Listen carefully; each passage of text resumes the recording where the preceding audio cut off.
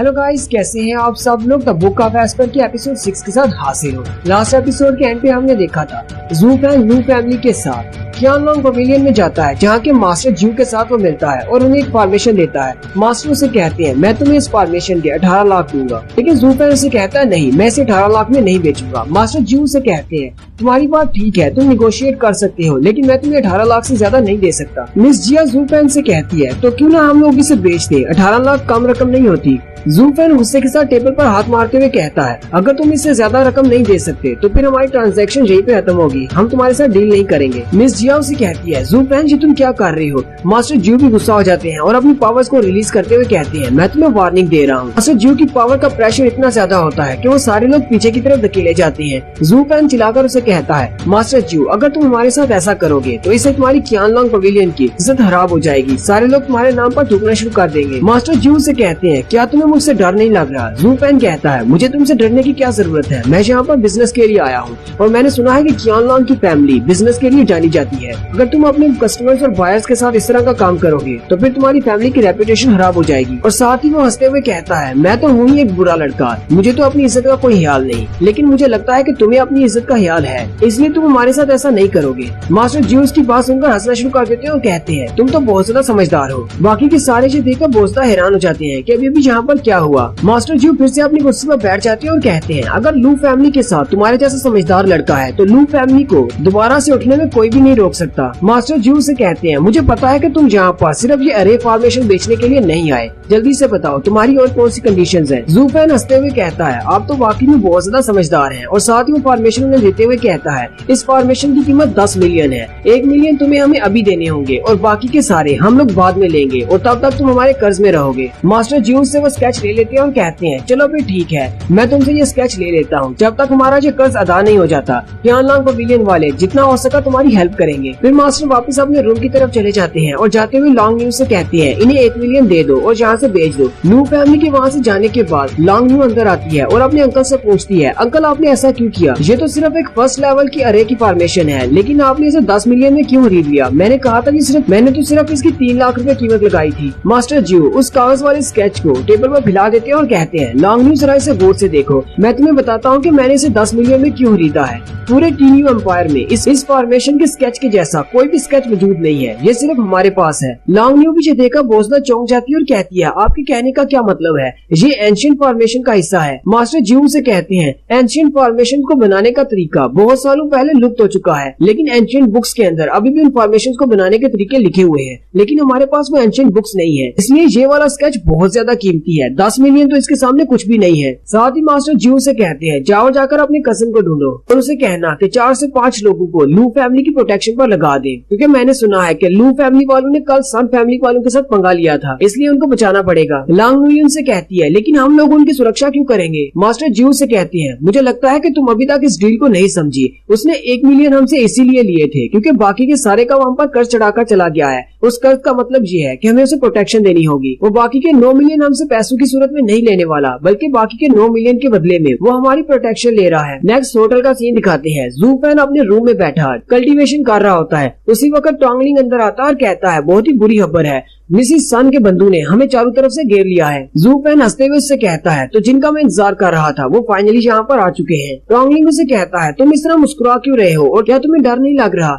Zoo fan उसे कहता है मैं किस बात से डरने वाला हूँ, मैं तो इन्हीं का इंतजार कर रहा था कि कब ये लोग यहाँ पर आएंगे। साथ ही वो उसे कहता है यंग मिस और यंग मास्टर को भी बुला लाओ। टोंगलिंग उसे कहता है तुम तो बहुत ज्यादा बहादुर हो। साथ ही बाहर का सीन दिखाते हैं। मिस सन अपने कजिन को साथ लेकर आई होती है जो कि 7 फैमिलीज में से एक से है। मिस सन चिल्लाकर कहती है लू फैमिली वालों जल्दी से बाहर निकलो, कल तो तुम लोग बहुत ही बड़े शाने बांध रहे थे, आज देखते हैं तुम्हारी सिटी बिटी कैसे गुम होती है। थोड़ी देर के बाद दरवाजा खुलता है और लू फैमिली पूरी की पूरी बाहर आ जाती है। मिस जिया कहती है मैं भी ये बात जानना चाहती हूँ कि आखिर ऐसी कौन सी प्रॉब्लम है जिसकी वजह से मिस सन अपने साथ इतने ज्यादा लोगों को लेकर आई है। मिस सन उसे कहती है भोला बनने का नाटक मत करो, क्या तुम अभी भी जानना चाहती हो कि मैं यहाँ पर इतने सारे लोगों को लेकर क्यों आई हूँ। मैं अभी तक वो बात नहीं भूली, तुम लोगों ने मेरे चेहरे पर थप्पड़ मारा था। आज मैं न सिर्फ तुम लोगों को यहाँ से बेचने वाली हूँ बल्कि तुम सब लोगों को डिस्ट्रॉय कर दूंगी। मिस जिया पहले तो उसकी बात सुनकर घबरा जाती है, लेकिन साथ ही वो ज़ू फैन की तरफ देखती है और कहती है जब तक ज़ू फैन नहीं डरता तब तक हमें भी डरने की जरूरत नहीं। मिस जिया उसे कहती है हमारी फैमिली यानी कि लू फैमिली इस सिटी में पिछले 100 साल से रह रही है, इसलिए हमें डिस्ट्रॉय करना इतना भी आसान नहीं है और तुम्हारी फैमिली को यहाँ पर आए हुए ज्यादा से ज्यादा 10-20 साल हुए हैं, इसलिए मुझे लगता है कि तुम्हें सोच समझकर बोलना चाहिए कि कौन यहाँ पर किसको डिस्ट्रॉय करने वाला है। मिस जून उसकी बात सुनकर बहुत ज्यादा गुस्सा हो जाती है और कहती है तुम्हें मैं अभी बताती हूँ कि चिकन को जमीन पर ही रहना चाहिए, चिकन को उड़ने के ख्वाब नहीं देखने चाहिए, और साथ ही वो उस पर अटैक करने के लिए आगे बढ़ती है, लेकिन उसका कजन उसे रोक लेता है और कहता है यहीं पर रुक जाओ। मिस सान उसे कहती है लेकिन तुम मुझे रोक क्यों रहे हो? उसका कजन कहता है तुम बस चुप रहो, मुझे बात करने दो। वो मिस जिया से कहता है मिस जिया मुझे माफ कर दे, मिस सान ने आपसे जो कुछ भी कहा, हम लोग यहाँ पर सिर्फ आपके बटलर के लिए आए हैं क्योंकि हमें उससे बदला लेना है, आपका इस सब से कोई ताल्लुक नहीं, हम लोग लू फैमिली को कुछ भी नहीं करेंगे, बस अपने बटलर को हमारे वाले कर दो। अगर तुम अपने बटलर को हमारे वाले कर देती हो तो मैं किसी को भी और नुकसान नहीं पहुंचाऊंगा। मिस सान अपने कजन से कहती है लेकिन हमारी ये तो डील नहीं हुई थी, हम लोग यहाँ पर पूरी फैमिली को डिस्ट्रॉय करने के लिए आए थे, तुम सिर्फ बटलर का क्यों कह रहे हो? वो उसे फिर से चुप करा देता है और कहता है तुम बस खामोश रहो। कजिन फिर से मिस जिया से कहता है अगर तुम इसे हमारे हवाले कर देती हो तो ये तुम्हारे लिए बहुत ही अच्छा रहेगा क्योंकि इससे तुम्हारे फ्यूचर सिक्योर हो जाएगा, हम तुम्हारी हेल्प करेंगे लू फैमिली को दोबारा से क्रिएट करने में। मिस जिया उसे कहती है हम अपने बटलर को तुम्हारे हवाले नहीं करेंगे क्योंकि हमारा बटलर हमारी फैमिली का एक हिस्सा है, अगर तुम इसके साथ मसला क्रिएट करते हो तो इसका मतलब तुम लू फैमिली के साथ पंगा ले रहे हो। कजिन उसे कहता है मैं तो बस आपको इतने एडवाइस करूंगा कि आपको मुझसे फाइट नहीं करनी चाहिए, अगर आपको मेरी रियल आइडेंटिटी के बारे में पता चल जाए कि मैं कौन हूँ तो फिर आप खुद ही कहेंगी कि आपको मुझसे फाइट नहीं करनी। मेरा नाम यू क्वान है और मैं यूमिंग वैली के मास्टर का स्टूडेंट हूँ। ये बात सुनते ही मिस जिया बहुत ज्यादा घबरा जाती है और कहती है क्या तुम वाकई में 7 एम्पायर फैमिली में से एक फैमिली से ताल्लुक रखते हो? मिस सान हंसते हुए उसे कहती है क्या अब तुम्हें डर लग रहा है? मिस जिया कहती है ये बात तो मुझे पहले से पता थी कि सन फैमिली का 7 इंपीरियल फैमिलीज में से एक के साथ ताल्लुक है, इसीलिए तो अंकल काई भी इसके साथ बहुत ही इज्जत से पेश आ रहे थे। मिस जिया जू फैन के बाजू को खींचते हुए कहती है जू फैन अब हमें क्या करना चाहिए? जू फैन आगे बढ़ता है और कहता है मेरा नाम जू फैन है और मैं इस फैमिली का बटलर हूँ। जू फैन उसे कहता है चलो मुझे बताओ तुम इसको कैसे हैंडल करना चाहते हो, 1-on-1 फाइट करना चाहोगे या फिर सभी एक साथ आओगे? यू क्वान उसे कहता है मेरी कजन ने मुझे बताया है कि स्ट्रेंथ के मामले में तुम काफी ज्यादा स्ट्रॉन्ग हो, अगर मैं तुम्हारे जैसे किसी से हार जाता हूँ तो यूमिंग वैली का नाम खराब हो जाएगा। साथ ही वो बड़ी स्पीड के साथ उसके सामने पहुंच जाता है और उस पर अटैक करता है। जू फैन जल्दी से पीछे की तरफ जंप करता है लेकिन उसके चेहरे पर छोटा सा कट लग जाता है। कजिन उसे कहता है लगता है कि तुम डॉज कर सकते हो, तुम इतने भी बुरे नहीं हो। मिस जिया आगे बढ़ती है और जू फैन से पूछती है जू फैन क्या तुम ठीक हो? जू फैन कहता है हाँ मैं बिल्कुल ठीक हूँ, परेशान होने की जरूरत नहीं, और साथ ही वो अपने हाथ पर अपनी की पावर को रिलीज करता है। जबकि कजन भी ये सोच रहा होता है ये मेरी की के प्रेशर को महसूस करके डर क्यों नहीं रहा, लगता है कि ये तो बहुत ज्यादा एंजॉय कर रहा है, आखिर ये लड़का है कौन? वो भी यही सोच रहा होता है कि जू फैन जंप करके उसके सामने पहुंच जाता है और उसे पंच मारने लगता है। कजन भी उसके सामने अपने हाथ को करते हुए दोनों के पंचेस आपस में टकराते हैं और वह दोनों ही अपनी अपनी तरफ पीछे की तरफ धकेले जाते हैं। मिस सन अपने कजन से कहती है तुम्हें बहुत ही एहतियात करना होगी,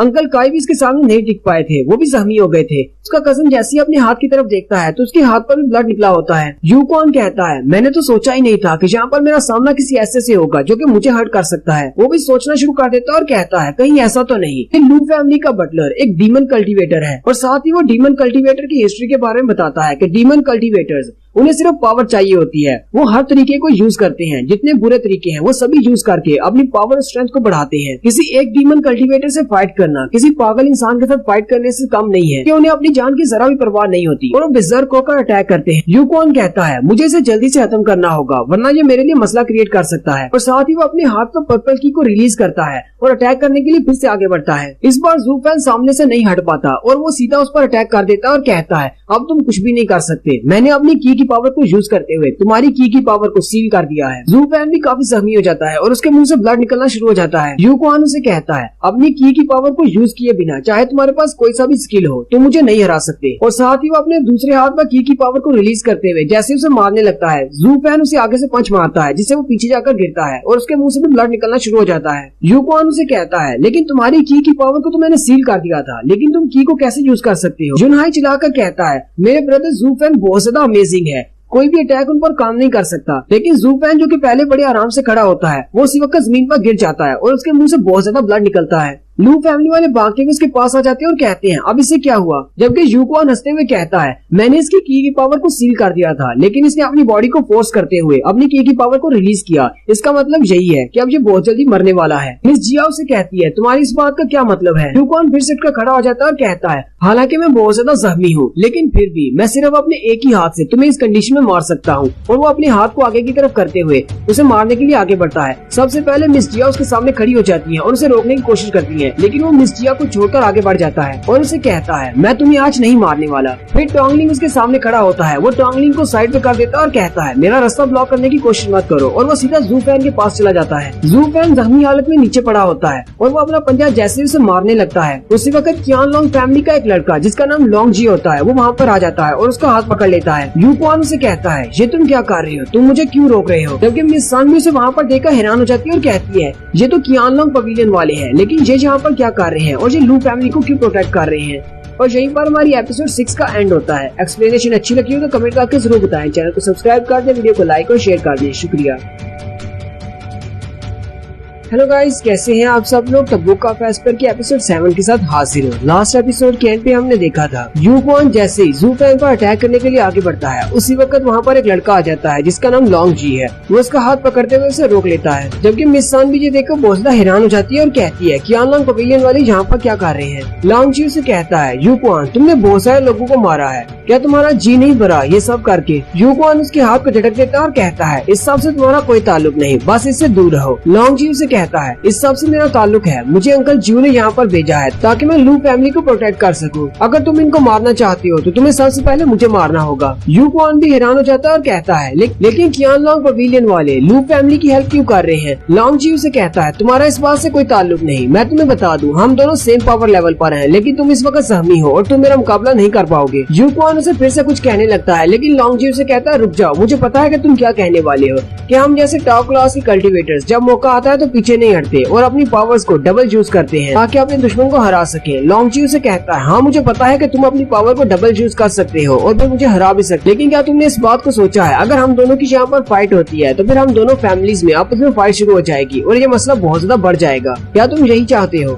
यू क्वान उसकी बात सुनकर सोचता है वैसे भी हमारी यूमिंग वैली और इनकी और कियान लोंग पवेलियन के दरमियान कभी न कभी फाइट तो होनी है, लेकिन मेरी वजह से नहीं होनी चाहिए, क्योंकि अगर मैंने यहाँ पर इससे फाइट की तो हमारी फैमिली में जितने भी प्लान्स बना रखे हैं वो सारे डिस्ट्रॉय हो जाएंगे। यू क्वान उसे कहता है ठीक है मैं तुम्हारी बात समझ गया, मैं यहाँ से जा रहा हूँ, लेकिन साथ ही वो एक जोरदार चीख मारता है क्योंकि जू फैन उसके पीछे चला जाता है और अपने हंजर को उसके सीने में दंसा देता है। ये देखकर लोंग जी बहुत ज्यादा डर जाता है, जबकि मिस जिया और टोंगलिंग वो भी दोनों बहुत ज्यादा घबरा जाते हैं। जू फैन यू क्वान से कहता है क्या तुम्हारे मास्टर ने तुम्हें ये नहीं सिखाया कि डेविल कल्टीवेटर्स कैसे फाइट करते हैं? वो लोग हर तरीका इस्तेमाल करते हैं, हर किस्म की चाल यूज करते हैं, लेकिन तुम्हें कभी भी उनके ऊपर से अपना ध्यान हटाना नहीं चाहिए। एक सेकंड के लिए तुम्हारी नजर हटी तो तुम्हारी मौत हो जाएगी। यू क्वान उसकी तरफ घूमता और कहता है लेकिन तुम यहाँ पर कैसे, तुम मुझे मार कैसे सकते? मुझे पता है कि थोड़ी देर पहले तुम बिल्कुल पावरलेस थे, तुम्हारे पास तो खड़े होने की भी पावर नहीं थी, अचानक तुम्हारे पास पावर कहाँ से आ गई? और अब तो इसकी स्पीड भी पहले से ज्यादा हो चुकी है। साथ ही वो कहता है मुझे लगता है कि मैं इसके जाल में फंस चुका हूँ। साथ ही वो लोंग जी की तरफ देखता और कहता है सिर्फ मैं ही नहीं, ये भी इसके जाल में फंस चुका है, क्योंकि लोंग जी वहीं पर खड़ा डर से कांप रहा होता है क्योंकि उसे अभी तक कोई भी समझ नहीं आ रही कि यहाँ पर हो क्या रहा है। यू क्वान लोंग जी से कहता है प्लीज मेरी हेल्प करो, लेकिन जू फैन हंसते हुए कहता है नहीं अब तुम्हें कोई भी नहीं बचा सकता, और वो फिर से इस पर वार करता है जिससे वो मर जाता है और वो नीचे गिर जाता है। मिस सन अपने कजन को मरता हुआ देखकर एक जोरदार चीख मारती है और वहीं पर बेहोश होकर गिर जाती है। लोंग जी चूँकि वहाँ पर बहुत ज्यादा घबराया हुआ खड़ा होता है, जू फैन से कहता है तुम्हें यहाँ पर अंकल जियो ने भेजा है हमें प्रोटेक्ट करने के लिए, और साथ ही जू फैन उसके पास से गुजर जाता है और कहता है अंकल जियो को जाकर कहना उनका बहुत बहुत शुक्रिया कि उन्होंने किसी को यहाँ पर भेजा, और साथ ही उनको मेरा मैसेज भी दे देना आज के बाद उन्हें यहाँ पर किसी को भी भेजने की जरूरत नहीं है, हमें जितनी हेल्प चाहिए थी हमने उतनी ले ली है। फिर लोंग जी वापस चला जाता है। नेक्स्ट सीन कियान लोंग पवेलियन का दिखाया जाता है। लोंग जी सारी बात जाकर मास्टर जियो को बताता है। मास्टर जियो बहुत ज्यादा गुस्सा हो जाते हैं और कहते हैं क्या उस लड़के ने ऐसा किया? तो लोंग जी से कहते हैं शायद तुम्हें अंदाजा नहीं है उसने हमें कितनी बड़ी मुश्किल में फंसा दिया है, ये सब कुछ उसने पहले से प्लान किया हुआ था। लोंग नुई अपने अंकल जियो से कहती है अंकल मुझे कुछ भी समझ नहीं आ रही, उसने यू क्वान को मारा है, इससे हमारी फैमिली का क्या ताल्लुक है? मारा तो उसने है। अंकल जियो से कहते हैं बेटा तुम्हें इस बात की समझ नहीं आ रही, हम लोग एक जाल में फंस चुके हैं। जब जू फैन ने उस लड़के को मारा है वहाँ पर लोंग जी मौजूद था, सभी लोगों ने इसे वहाँ पर देखा है, और उस लड़के जू फैन ने लोंग जी के सामने उसको मारा है। क्या तुम्हें लगता है कि कोई इस बात को मानेगा कि उस लड़के ने उसको मारा है? बल्कि वो लोग तो यही कहेंगे कि लोंग जी ने उसको मारा है। लोंग नुई से कहती है लेकिन उसको तो लू फैमिली वालों ने मारा है। लोंग जी से कहता है क्या तुम इस बात को मानोगी कि कोई छोटी सी फैमिली वाला यहाँ पर आए और एक इंपीरियल फैमिली के बंदे को मार डाले? क्या तुम इस बात को मानोगी? लोंग नुई से कहती है नहीं मैं तो कभी नहीं मानूंगी। लोंग जी उसे कहता है बस यही बात है, अगर तुम भी इस बात को मानने को तैयार नहीं हो तो कोई भी इस बात को नहीं मारेगा, योमिंग वैली वाले और सन की फैमिली वाले वो भी नहीं मानेंगे। उन्हें लगता है कि qianlong पवेलियन वालों का हाथ है इस सब के पीछे। यूकोन को हमने मरवाया है। लॉन्गनुई कहती है ये तो हमारी फैमिली के लिए बहुत ज्यादा बुरा है, आखिर हम लोगों ने लू फैमिली की हेल्प क्यों की, और फिर लू फैमिली ने जो कुछ भी किया है उस सब के हम लोग रिस्पॉन्सिबल कैसे हो सकते हैं। अंकल जियू से कहते हैं यही तो उसने सियासत खेली है हमारे साथ, हम लोग बहुत ज्यादा अनलकी हैं। तो हम लोग उस बच्चे की बातों में आ गए। जैसा कि लॉन्गजी ने आकर बताया है उस लड़के ने सब कुछ पहले से प्लान किया हुआ था। लॉन्गजी के कहने के मुताबिक वो लड़का बहुत ज्यादा जख्मी था और अपनी बॉडी को मूव भी नहीं कर पा रहा था। अगर वो उस पर अटैक भी करता तो भी वो अपनी बॉडी को मूव नहीं कर पाता। लेकिन जैसे ही लॉन्गजी वहाँ पर पहुंचा तो वो जल्दी से दोबारा से रिकवर हो गया और उसने उसको मार डाला। यानी कि उसने लॉन्गजी के वहाँ पर आने का इंतजार किया और अपने आप को नाटक किया कि वो बहुत ज्यादा जख्मी है। लॉन्गनुई कहती है लेकिन उसे कैसे पता चला कि वहाँ पर लॉन्गजी से बचाने के लिए जरूर आएगा। अंकल जियू से कहते हैं जब वो यहाँ पर आया था तभी उसे पता था कि हमारी फैमिली बहुत ज्यादा प्राइडफुल है। जब उसने हमें ये स्क्रोल भेजा उसे पता चल गया था कि हमारी फैमिली उसे किसी न किसी को बचाने के लिए भेजेगी और उसी वक्त उसने ये सारा प्लान बना लिया था। लॉन्गनुई कहती है लेकिन क्या उसे इस बात का डर नहीं है, उसने इस शहर की दो बड़ी फैमिलीज को ऑफेंड किया है। अंकल जियू से कहते हैं नहीं मुझे नहीं लगता, उसने ये सारा प्लान किया हुआ है। जब हम दो बड़ी फैमिलीज में आपस में फाइट होगी तो वो अपनी लू फैमिली को लेकर यहाँ से आराम से निकल जाएगा। मास्टर जियू कहते हैं ये तो बहुत ज्यादा इंटरेस्टिंग बात है, अब तो मुझे लगना लग गया है जैसे वो दुनिया का सबसे खतरनाक तरीन इंसान है। नेक्स्ट सीन जू फैन के होटल का दिखाया जाता है। जू फैन अपने रूम में बैठा कल्टीवेट कर रहा होता है जबकि बाकी के दोनों उसके पास आते हैं। वो उन दोनों से चिल्लाकर कहता है यहाँ से दफा हो जाओ, मुझे कल्टीवेट करने दो। उसने अपने जख्मों पर पट्टियां बांधी होती हैं और वो कल्टीवेशन कर रहा होता है। मिस जिया और टोंगनी के रूम से बाहर जाने के बाद जू फैन फिर से कल्टीवेशन करने के लिए बैठ जाता है और बहुत ज्यादा गुस्से में होता है और कहता है आज मैं उस लड़के यूक्वान से नहीं जीत पाया, मुझे लगा था कि मैं बहुत ज्यादा स्ट्रॉन्ग हो चुका हूँ लेकिन मैं उसके हाथों से मरने ही वाला था, बस मैंने एक मौका देकर उसको मार डाला। लेकिन ये बॉडी जिसमें अब मैं हूँ ये बिल्कुल एक कचरा है, ये मेरी कल्टीवेशन को सपोर्ट नहीं कर रही। मैं बहुत ज्यादा वीक हूँ। काई फैमिली और सन फैमिली से अपनी लू फैमिली को बचाने के लिए मैं दो बड़ी फैमिलीज के दरमियान फंस चुका हूँ। अब या तो यूमिंग वैली वाले हमें मार डालेंगे या फिर qianlong पवेलियन वाले हमें मार डालेंगे। अब से जिन दुश्मनों के साथ मेरा सामना होने वाला है वो सारे बहुत ज्यादा स्ट्रॉन्ग है क्योंकि वो 7 इंपीरियल फैमिलीज से है। लेकिन अभी तक की मेरी कल्टीवेशन इतनी ज्यादा नहीं है कि मैं अपने आप को भी बचा सकूं और साथ ही मुझे लू फैमिली को प्रोटेक्ट करना है। मुझे बहुत ज्यादा स्ट्रॉन्ग बनना होगा और मेरे पास टाइम बहुत ज्यादा कम है। मैं जितने मेथड्स यूज कर सकता हूँ मुझे वो सारे करने होंगे, चाहे मुझे अपने ब्लडी बेबी को ही क्यों न यूज करना पड़े। और साथ ही वो अपने ब्लडी बेबी को यूज कर लेता है। उसने अपने ब्लडी बेबी को काई फैमिली के यंग मास्टर जियांग टिंग की बॉडी में इम्प्लांट किया था। जैसे ही वो वहाँ से अपने ब्लडी बेबी को एक्टिवेट करता है काई फैमिली के यंग मास्टर के मुंह से फिर से ब्लड निकलता है और वो बेहोश होकर वहीं पर गिर जाता है जबकि ब्लडी बेबी उसकी बॉडी से बाहर निकल आता है। ब्लडी बेबी क्योंकि जू फैन की सोल का एक हिस्सा है तो ब्लडी बेबी देखता है वही जू फैन भी देख सकता है। जू फैन यंग मास्टर से कहता है जो कि वहाँ पर बेहोश पड़ा होता है, वो से कहता है मैं तुम्हें अभी नहीं मारूंगा, तुम अपनी काई फैमिली को डिस्ट्रॉय होते हुए अपनी आंखों से देखोगे। फिर वो ब्लडी बेबी उड़ता हुआ बाहर चला जाता है। वहीं पर एक गार्ड फिर रहा होता है। गार्ड कहता है आज बाकी के गार्ड्स दिखाई नहीं दे रहे, पता नहीं वो सारे कहाँ पर चले गए। उसी वक्त उसे पीछे से कोई आवाज आती है। वो बहुत ज्यादा घबरा जाता है और कहता है कौन है वहाँ पर, जल्दी से बाहर निकलो। लेकिन पीछे कोई भी नहीं होता। वो कहता है आज यहाँ पर कोई आ भी कैसे सकता है, ये तो काई फैमिली का मेंशन है, यहाँ पर किसी ने आकर मरना थोड़ी है। ऐसे वो आगे चलने लगता है। ब्लडी बेबी उसके ऊपर अटैक करता है और साथ ही उसकी बॉडी से उसका ब्लड और उसकी सोल निकाल लेता है। जू फैन हंसते हुए कहता है आज मैंने टोटल 50 शिकार किए हैं। जू फैन कहता है ये ब्लडी बेबी तो बहुत ज्यादा कमाल का है, इससे तो मैं किसी को भी मार सकता हूँ,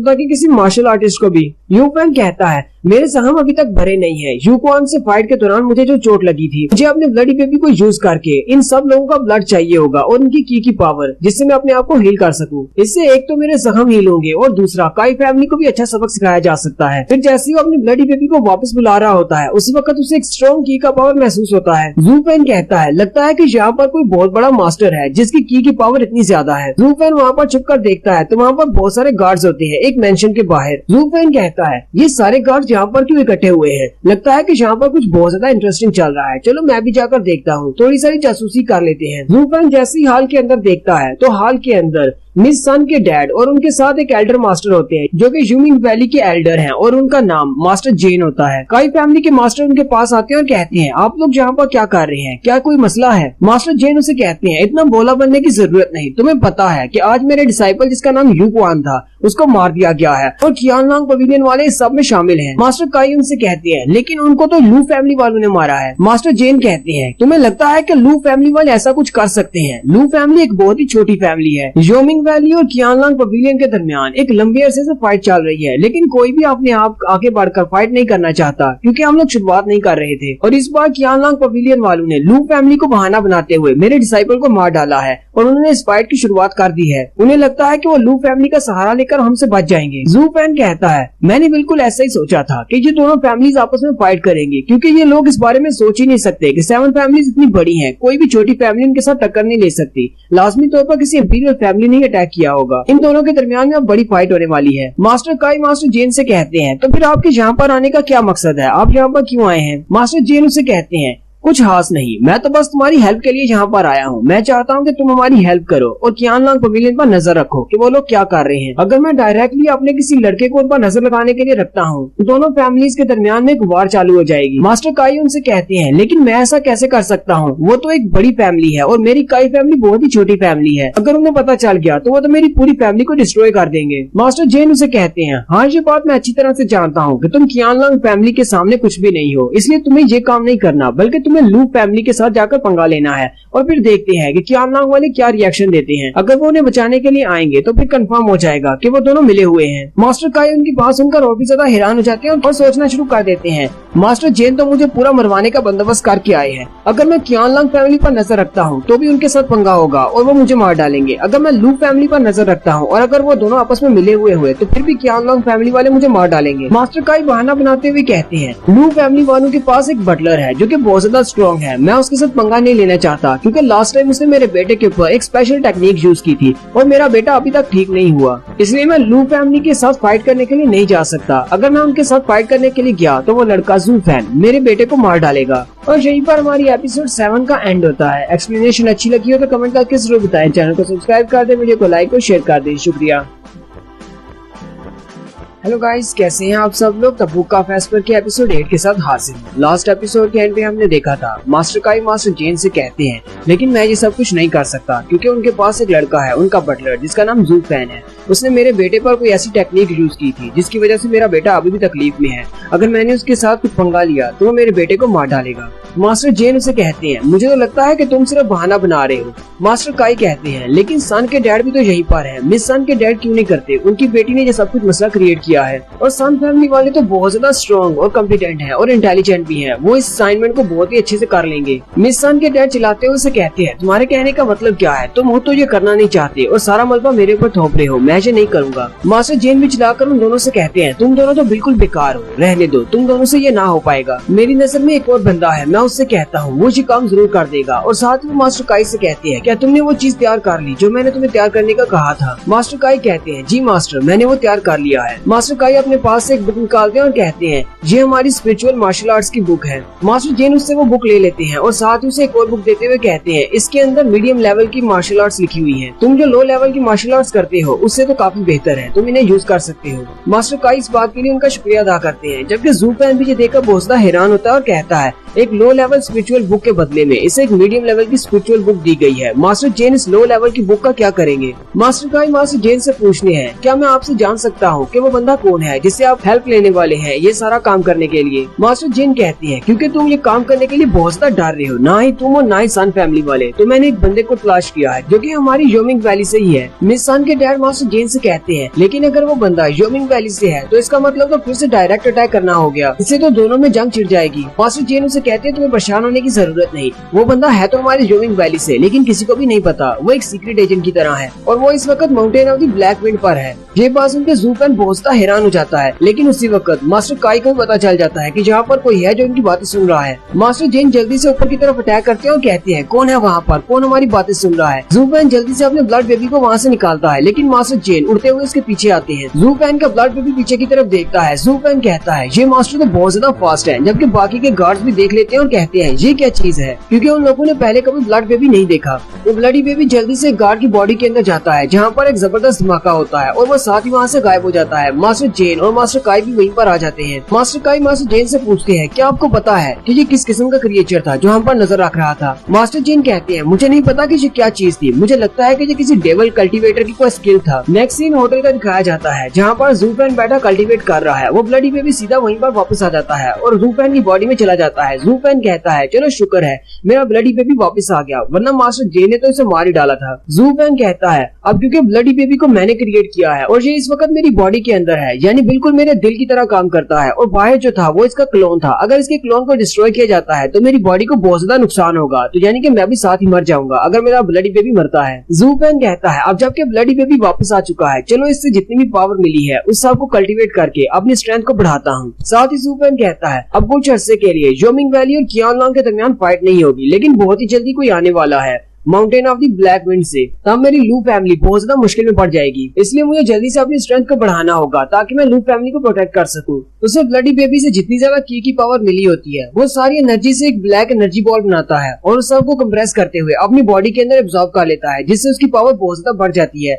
ज़ूफेन कहता है इस ब्लडी बेबी ने जितनी भी की पावर मुझे दी है उससे मेरी स्ट्रेंथ डबल हो गई है, अब मैं काफी ज्यादा स्ट्रॉन्ग हो चुका हूँ। अब माउंटेन ऑफ ब्लैक विंड से जो आने वाला है वो यहाँ पर आकर सिर्फ मरने वाला है और उसे कुछ भी नहीं मिलेगा। अगले दिन सुबह सुबह जैसे ही वो दरवाजा खोलता है तो दरवाजे के साथ मिस जिया खड़ी होती है। दरवाजा खुलने के साथ ही वो नीचे गिर जाती है क्योंकि वो दरवाजे के साथ टेक लगाकर सो रही थी। ज़ूफेन उसे कहता है मिस जिया तुम यहाँ पर क्या कर रही हो, और साथ ही वो सोच रहा होता है अगर जब मिस जिया नहीं होती कोई दुश्मन होता तो दरवाजा खोलते साथ ही उसने मुझे मार देना था, मैं तो बहुत ज्यादा केयरलेस हूँ। मिस जिया शर्माते हुए उससे कहती है तुम्हारे जख्म क्योंकि काफी ज्यादा गहरे थे इसलिए मैं यहीं पर रुकी हुई थी, मैं सारी रात यहीं पर इंतजार कर रही थी कि कहीं तुम्हारे जख्म बढ़ न जाए। साथ ही वो उसे कहती है अब जबकि मैंने देख लिया तुम बिल्कुल ठीक हो तो मैं यहाँ से चली जाती हूँ, और वो चली जाती है। ज़ूफेन उसे कहता है जरा रुको एक मिनट, तुमने कहा कि तुम सारी रात यहीं पर रुकी हुई थी, क्या वाकई में तुम पूरी रात यहीं पर थी? मिस जिया वहाँ से शर्माते हुए चली जाती है। उस वक्त टोंगलिंग आगे बढ़ता है और ज़ूफेन से कहता है चलो शुक्र है तुम बिल्कुल ठीक हो, तुम्हारे जख्म इतने ज्यादा गहरे थे कि हमें लगा शायद तुम मरने वाले हो, इसलिए हम लोग बहुत ज्यादा परेशान थे, और मिस जिया तो इतनी ज्यादा परेशान थी कि वो सारी रात यहीं पर रुकी रही और कहा कि वो तुम्हें गार्ड करेंगी। फिर वह सामने की तरफ देखता और कहता है वैसे मिस जिया कहाँ पर है, वो तो अभी यहीं पर थी। ज़ूफेन कहता है वो तो चली गई है, और साथ ही ज़ूफेन हल्का सा मुस्कुराता है, लेकिन जैसे ही वो मुस्कुराता है उसका हार्ट मैजिक फिर से एक्टिवेट हो जाता है। साथ ही उसका चेहरा भी ब्लश कर रहा होता है। मैं एक डीमन मैजिक एम्परर हूँ, मैं इस तरह के कर्ज से कैसे मुतासिर हो सकता हूँ, एक लड़की के ट्रीटमेंट की वजह से इस तरह मेरे साथ कैसे हो सकता है? मैं अपने आप को जितना ज्यादा स्ट्रॉन्ग बनाता जाता हूँ ये हार्ट मैजिक भी उतना ज्यादा स्ट्रॉन्ग होता जा रहा है। ज़ूफेन संभलने के बाद टोंगलिंग से कहता है मेरे साथ चलो, हम दोनों कियानलॉन्ग पवेलियन जा रहे हैं। टोंगलिंग उसे कहता है लेकिन यंग मिस और मास्टर वो यहीं पर है, क्या उन्हें भी साथ लेना है? ज़ूफेन कहता है नहीं, उन्हें यहीं पर रहने दो। कल के वाक़ये के बाद मुझे नहीं लगता कि कोई इतनी जल्दी यहाँ पर अटैक करने के लिए आने वाला है, सब लोग डर चुके हैं क्योंकि अब 7 फैमिलीज के अलावा और कोई भी ऐसी फैमिली नहीं है जो कि हमसे पंगा लेना चाहेगी। टोंगलिंग ज़ूफेन की बैक पर एक शाबाशी वाला थप्पड़ मारते हुए कहता है देखो आजकल तुम कितने ज्यादा समझदार मार्शल आर्टिस्ट बन गए हो, तुमने पूरी लू फैमिली की रिस्पॉन्सिबिलिटी अपने कंधों पर उठा ली है, जबकि मुझे अच्छी तरह से याद है इससे पहले तुम इतने ज्यादा समझदार नहीं हुआ करते थे, तुम तो सिर्फ हमारे बैकयार्ड में सफाई किया करते थे। फिर वो दोनों कियानलॉन्ग पवेलियन की तरफ चले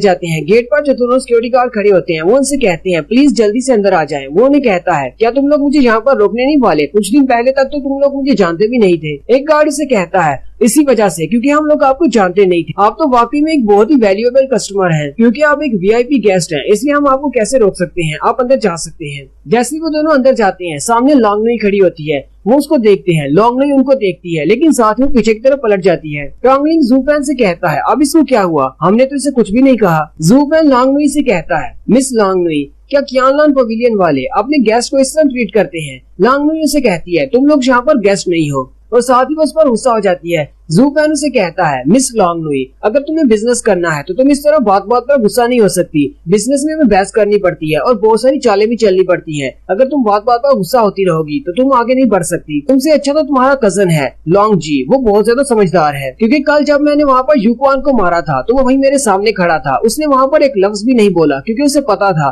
कि ये सारा मेरा प्लान है और वो इस प्लान में फंस चुका है, और अगर वो वहाँ पर कुछ बोलेगा तो और ज्यादा मसला बिगड़ेगा, इसलिए वो चुपचाप वहाँ से वापस आ गया। मुझे लगता है कि वो तुमसे बहुत ज्यादा स्मार्ट और समझदार है। बिजनेस में कभी भी अपने इमोशंस और इफेक्शंस को सामने मत रखो, सिर्फ अपने फायदे को सामने रखना चाहिए। अब चलो ये सारी पर्सनल बातें फिर कभी कर लेंगे, मैं यहाँ पर बिजनेस के हवाले से आया हूँ, हम लोग बिजनेस करेंगे। चलो फिर बिजनेस की बात करते हैं। अंकल जियो भी बाहर आ जाते हैं और कहते हैं ज़ूफेन तुम फाइनली यहाँ पर वापस आ ही गए, चलो फिर बात करते हैं, तुमने जो कुछ भी हमारे साथ किया है। जबकि लॉन्ग जी भी इनके साथ ही होता है। लॉन्ग जी जू फैन की तरफ देखता है और कहता है कल जो बहुत ज्यादा जख्मी था, इतना कि ये चल भी नहीं सकता था, लेकिन अभी देखो ये बिल्कुल ठीक हो चुका है और इसके जख्म भी बढ़ चुके हैं। जू फैन मास्टर जीव से कहता है मास्टर जीव, लॉन्ग नुई को भी मेरे साथ बिजनेस करने दे, क्या आप यंग जनरेशन को मौका नहीं देने वाले? मास्टर जीव हंसते हुए कहते हैं नहीं, कल तुमने मुझे बेवकूफ बना दिया था, अगर तुम इसके साथ कोई बिजनेस डील करोगे तो उससे भी ज्यादा बेवकूफ बना सकते हो। मैं तुम्हारे साथ बात करता हूँ, चलो आओ। अब मुझे पता है कि तुम्हारे पास फिर से एक प्लान है और तुम अपने उसी प्लान को पूरा करने के लिए यहाँ पर आए हो। मैं फिर से तुम्हारे यहाँ तो बेवकूफ नहीं बनने वाला,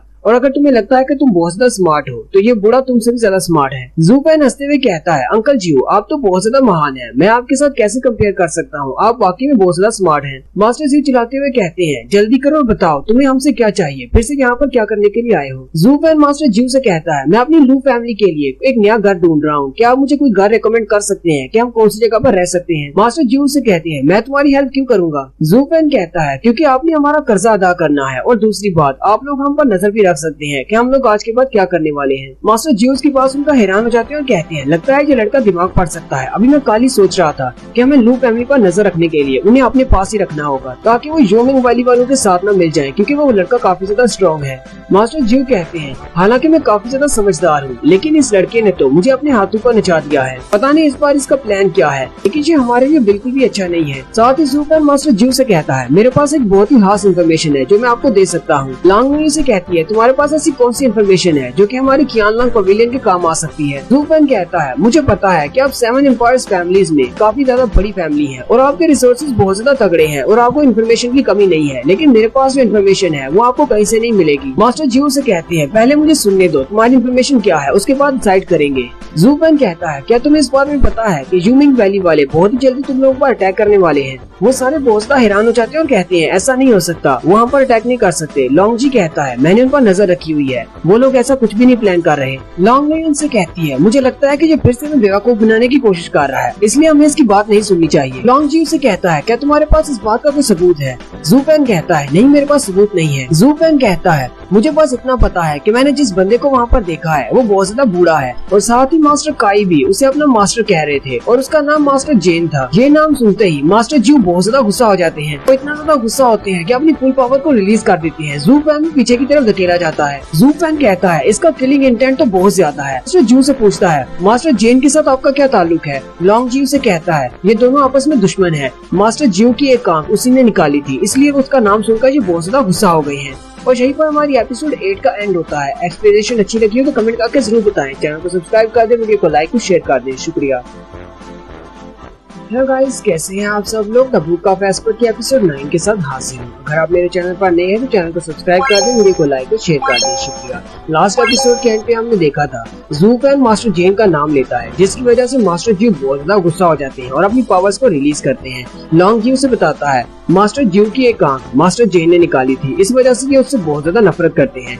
जू फैन उनसे माफी मांगते हुए कहता है मैं आपसे माफी चाहता हूँ कि मैंने गलती से आपके सामने उनका नाम ले लिया, मुझे नहीं पता था कि आप उससे इतनी ज्यादा नफरत करते हैं। मास्टर जीव कहते हैं कोई बात नहीं, तुमने ठीक किया जो मुझे पहले बता दिया कि वहाँ पर अटैक करने वाले हैं। मास्टर जीव से कहते हैं अब जबकि तुमने मुझे उसका सारा हुलिया बता दिया है और तुमने बताया कि वो मास्टर जेन ही है, मैं तुम पर भरोसा कर सकता हूँ, मैं तुम्हारी हेल्प करूंगा। हमारे मेंशन से 100 मीटर की रेंज में एक खाली घर है, तुम वहाँ पर जाकर रह सकते हो, वो हमारा ही है। जू फैन और टांगलिंग दोनों ही मास्टर जीव का शुक्रिया अदा करते हैं और फिर वापस चले आते हैं। लेकिन जैसे ही वो वहाँ से वापस की तरफ आ रहे होते हैं, मास्टर जीव से पूछते हैं लेकिन तुमने उस बूढ़े को कहाँ पर देखा था? जू फैन कहता है मैंने उसे काई मेंशन में देखा था, लेकिन वो रात के वक्त वहाँ पर थे, लेकिन अब मुझे पता है वो कहाँ पर है, वो इस वक्त मिसेस सन के घर पर है। फिर जू फैन टांगलिंग के साथ वहाँ से वापस आ जाता है, जबकि मास्टर जी लॉन्ग जी से कहते हैं हमारी सारी फैमिली को एक मैसेज भेजो, उनसे कहो कि यहाँ पर और भी स्ट्रॉन्ग एल्डर्स की जरूरत है, हमारी एक फाइट होने वाली है यूमिंग वैली के साथ। मैं ये बिल्कुल नहीं चाहता कि जेन यहाँ पर इस सिटी से जिंदा वापस जाए, उसकी हिम्मत कैसे हुई यहाँ पर मेरे सिटी में आने की, उसने मेरी आंख निकाली थी, अब इसके बदले में मैं उसकी जान लूंगा। नेक्स्ट सीन में मिस जिया और जुन हाई उन दोनों को दिखाते हैं जो कि बहुत ज्यादा खुश होते हैं क्योंकि वो सब लोग कियानलॉन्ग पवेलियन में रहने वाले हैं। जू फैन टांगलिंग से कहता है क्या तुम इन सारे गार्ड्स का जो कि यहाँ पर खड़े हैं इनका लीडर बनना चाहोगे? टांगलिंग उसे कहता है लेकिन मैं इनका लीडर कैसे बन सकता हूँ, यहाँ पर जितने भी गार्ड्स हैं वो सारे बहुत ज्यादा स्ट्रॉन्ग हैं, मुझसे ज्यादा स्ट्रॉन्ग हैं,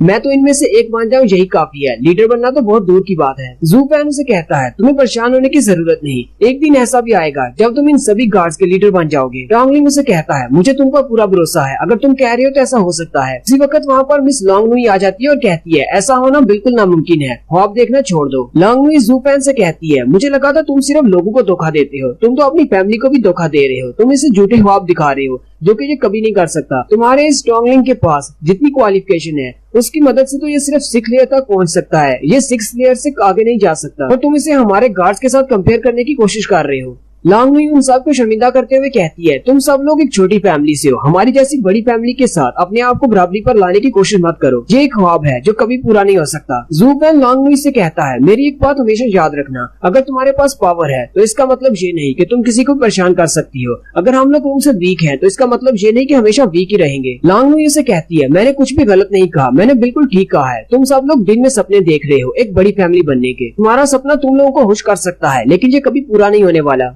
इस तरह की बड़ी फैमिली बनने के लिए सदियां लगती हैं। तुम्हें क्या लगता है कि तुम अपनी इंटेलिजेंस को यूज करते हुए, अपनी मक्कारी को इस्तेमाल करते हुए हमारी कियानलॉन्ग पवेलियन की मदद से एक बहुत बड़ी फैमिली बन जाओगे? ऐसा नहीं होने वाला। तुम सिर्फ कुएं में बैठे हुए एक मेंढक हो, तुम्हें नहीं पता कि दुनिया कितनी बड़ी है। मिस जिया आगे बढ़ती है और जू फैन से कहती है जू फैन तुम्हें पीछे हट जाना चाहिए, वो बिल्कुल ठीक कह रही है। जू फैन से कहता है तुम्हें क्या लगता है मैं कुएं में बैठा हुआ एक मेंढक हूँ, चलो फिर तुम्हें दिखाता हूँ। जबकि लॉन्गनुई से कहता है तुम कुछ ज्यादा ही बोल रही हो, अब बस करो। जू फैन मिस जिया से कहता है मुझे कुछ स्पिरिचुअल स्टोन्स की जरूरत है, क्या आपकी परमिशन है? साथ ही वो कुछ स्पिरिचुअल स्टोन्स लेकर घर के ऊपर चला जाता है, छत के ऊपर जाकर खड़ा हो जाता है। लॉन्गनुई से कहती है ये तुम्हारा घर नहीं है, तुम इसके ऊपर ऐसे नहीं जा सकते, क्या तुम्हें मैनर्स नहीं आते? जाओ और अपने घर की छत पर जाकर इस तरह करो। जू फैन से कहता है क्या तुमने लेवल 3 की फॉर्मेशन के बारे में सुना है जो कि प्रोटेक्शन के लिए होती है? लॉन्गजी और लॉन्गनुई दोनों ही ये बात सुनकर बहुत ज्यादा हैरान हो जाते हैं और कहते हैं ये वाली फॉर्मेशन तो सिर्फ अंकल जियो को आती है, इसके अलावा किसी को भी नहीं आती क्योंकि ये बहुत ही खास फॉर्मेशन है। जू फैन छत के ऊपर से ऊपर की तरफ जंप करता है और अपने पास से सारे सिक्कों को हवा में उछाल देता है। सिक्के यानी कि स्पिरिचुअल स्टोन्स को हवा में उछाल देता है। वो सारे स्पिरिचुअल स्टोन्स हवा में से नीचे आकर जमीन पर गिरते हैं और उनमें से रोशनी निकलती है। फिर जू फैन भी नीचे आ जाता है। लॉन्गनुई से कहती है ये तुम क्या कर रही हो? जू फैन कहता है अभी तुम्हें करके दिखाता हूँ मैं क्या कर रहा हूँ। अभी वो अपने हाथों को जोड़कर एक मंत्र बोलता है। जैसे ही वो उस मैजिकल वर्ड्स को बोलता है तो जमीन के अंदर से गोल्डन ड्रैगन्स निकलते हैं। जैसे ही वो ड्रैगन जमीन में से बाहर निकलते हैं उसी वक्त मास्टर जेन का सीन दिखाते हैं जो कि बैठे कल्टीवेट कर रहे होते हैं। उन्हें भी महसूस होता है। वो कहते हैं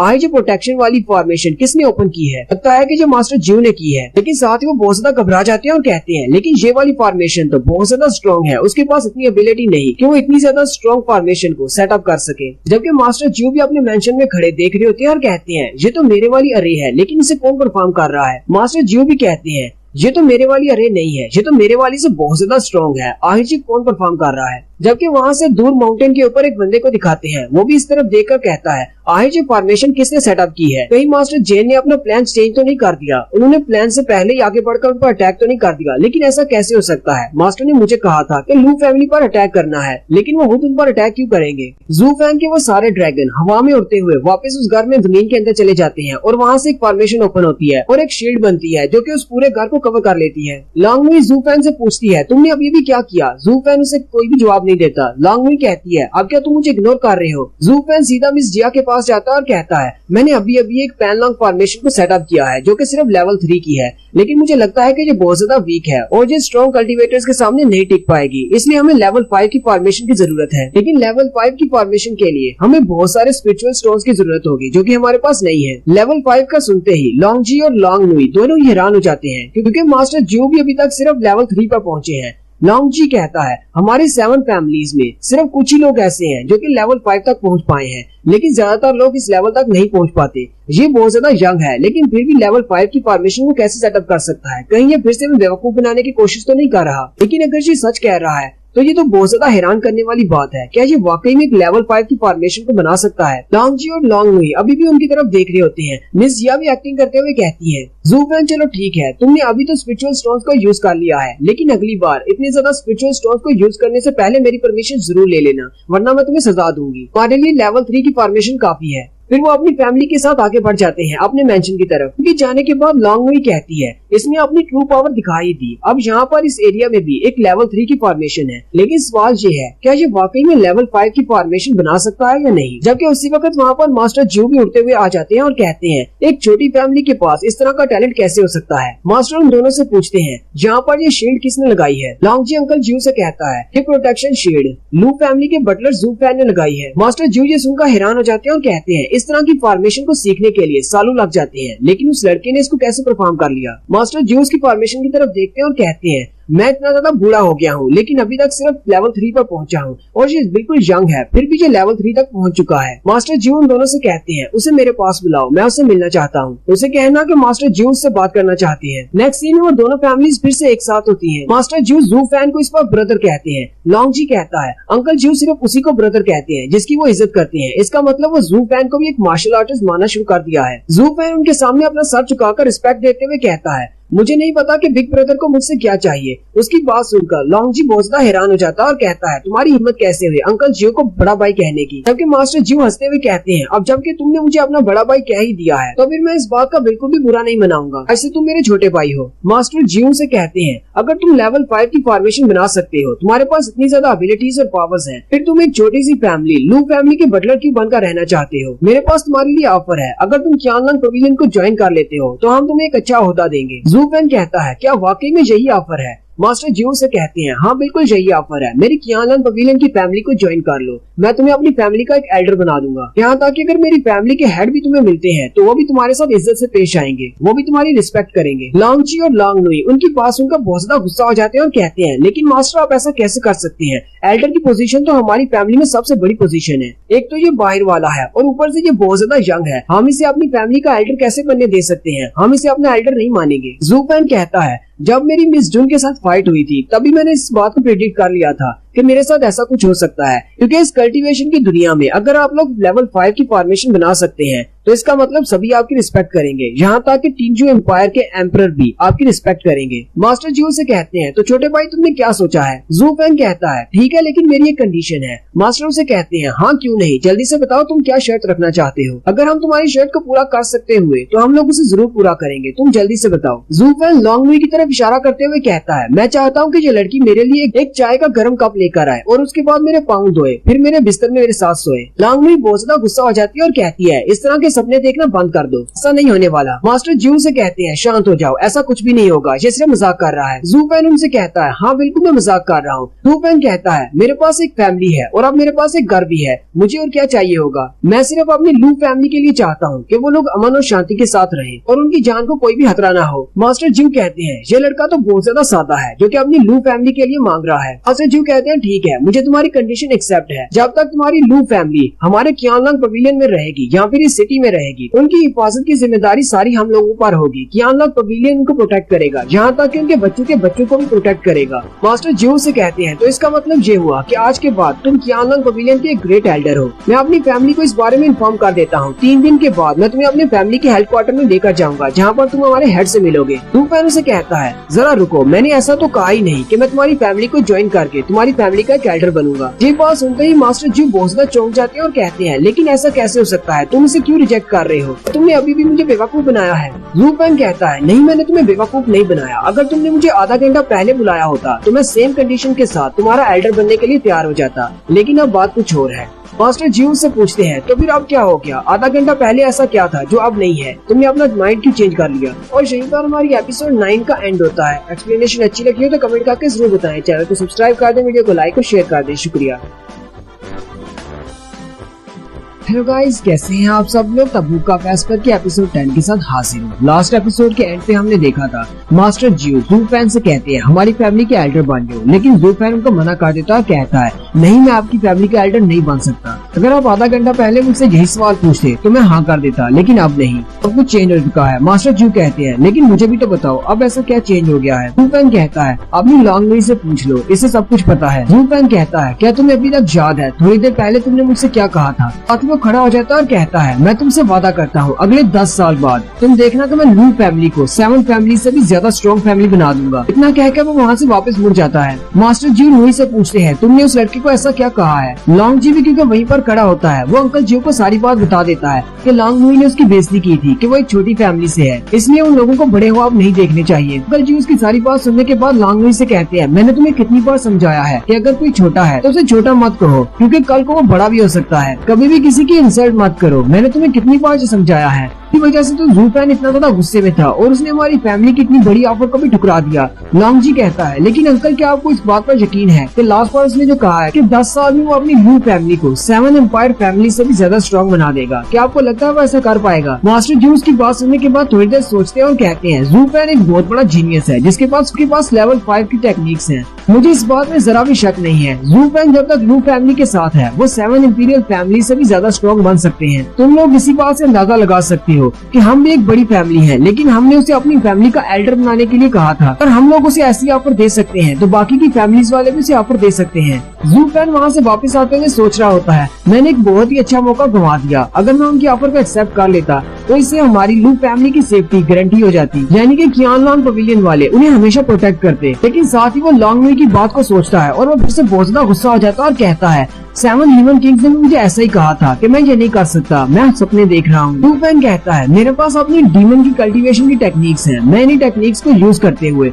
ह्यूमन से भी आगे जाऊंगा और ह्यूमन से भी स्ट्रॉन्ग बनूंगा। मैं अपनी किस्मत खुद लिखूंगा। मैं 7 इंपीरियल फैमिली से लू फैमिली को स्ट्रॉन्ग बनाकर रहूंगा। अब मेरे पास सिर्फ 2 ही मिशन है। एक तो अपनी लू फैमिली को प्रोटेक्ट करना है ताकि मैं अपने हार्ट मैजिक को खत्म कर सकूं, और दूसरी बात, मुझे अपनी डीमन कल्टीवेशन मेथड्स को भी इम्प्रूव करना होगा। अगर मैं बहुत ज्यादा मेहनत करूंगा तो इस दुनिया में ऐसा कुछ भी नहीं है जिसे मैं अचीव नहीं कर सकता। अगर 7 एम्परर्स भी मुझे रोकने के लिए आएंगे तो मैं उन सबको डिस्ट्रॉय कर दूंगा। फिर फ्यूचर में एक दिन ऐसा भी आएगा जब मैं अपनी लू फैमिली को इस पूरी दुनिया में सबसे ज्यादा स्ट्रॉन्ग बना दूंगा। मेरे लिए ये कुछ भी मुश्किल नहीं है क्योंकि मैं मैजिक एम्परर हूँ, मैजिक एम्परर जू जी फैन। जू फैन जैसे ही वापस आता है वो सारे उसे देखकर चौंक जाते हैं। मिस जियाओ से कहती हैं, मास्टर जू तुमसे किस बारे में बात करना चाहते थे? जू फैन कहता है, मास्टर जू ने मुझे इनविटेशन दिया है अपनी फैमिली को ज्वाइन करने का। वो चाहते हैं कि मैं उनकी फैमिली का एक एल्डर बन जाऊं। मिस जियाओ की बात सुनकर उदास हो जाती है और साथ ही उसे कंग्रेचुलेट करते हुए कहती है, तुम्हें बहुत बहुत मुबारक हो।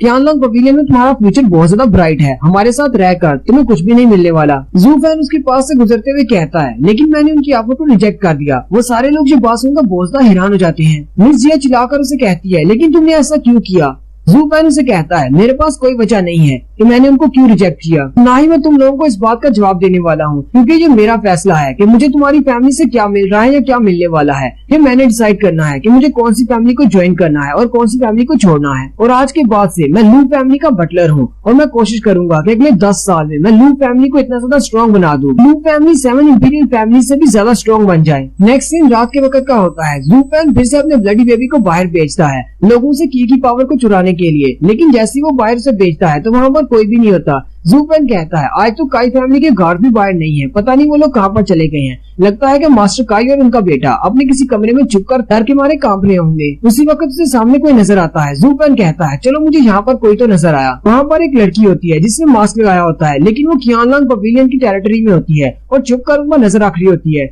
जू फैन कहता है, ये यहाँ पर क्या कर रही है? वो भी कियानलॉन्ग पवेलियन में। थोड़ी देर उन पर नजर रखने के बाद वो वहाँ से वापस आ जाती है, जबकि ब्लडी बेबी उसका पीछा करता है। वो वापस एक घर में आती है जहाँ पर बहुत सारे लोग होते हैं। वो उसे कहते हैं, मिस आपकी इन्वेस्टिगेशन कैसी रही? क्या आपने देखा वहाँ पर क्या चल रहा है? लड़की वहाँ पर आकर अपना मास्क उतारती है। जू फैन भी ये देखकर हैरान हो जाता है और कहता है, ये तो एक लड़की है। वहाँ पर एक और लड़की होती है। वो उसे कहती है, जाओ कोई जल्दी से जाकर एक पेपर और पेन लेकर आओ। वो पेपर के ऊपर सारा नक्शा बना देती है कियानलॉन्ग पवेलियन का। वो उनसे कहती है, मैंने सारा नक्शा बना दिया है और मैं तुमको बताती हूँ कि कहाँ पर गार्ड्स हैं और कहाँ पर गार्ड्स नहीं हैं। उस लड़की के साथ जितने भी वहाँ पर लोग होते हैं वो सारे चंपू से ही लग रहे होते हैं। वो कहते हैं, अगर वहाँ पर इतने ज्यादा गार्ड है तो हम लोग उन पर अटैक कैसे कर सकते हैं? कियानलॉन्ग पवेलियन वाले हैं 7 फैमिलीज में से एक बड़ी फैमिली है। हमें तो लगता है कि वहाँ पर पहुँचने से पहले ही हम लोग मारे जाएंगे क्योंकि उनके गार्ड्स भी बहुत ज्यादा स्ट्रॉन्ग होते हैं। तो लड़की उनसे कहती है, तुम लोगों को परेशान होने की जरूरत नहीं। मेरे भाई ने योमिंग वैली वालों के साथ एक डील कर ली है। योमिंग वैली वाले उनके साथ जाकर फाइट करेंगे जिससे उनका ध्यान बढ़ जाएगा। फिर हम लोग वहाँ पर आसानी से अंदर जा सकते हैं और लू फैमिली पर अटैक कर सकते हैं। लू फैमिली के जितने भी मेंबर्स हैं सभी को मार डालना, सिर्फ मिस जिया को पकड़कर यहाँ पर लाना है। ये बात सुनकर जू फैन बहुत ज्यादा हैरान हो जाता है। जू फैन कहता है, तो इसका मतलब ये मेरी लू फैमिली पर अटैक करने वाले हैं और सभी को मारकर सिर्फ मिस जिया को जिंदा रखने वाले हैं।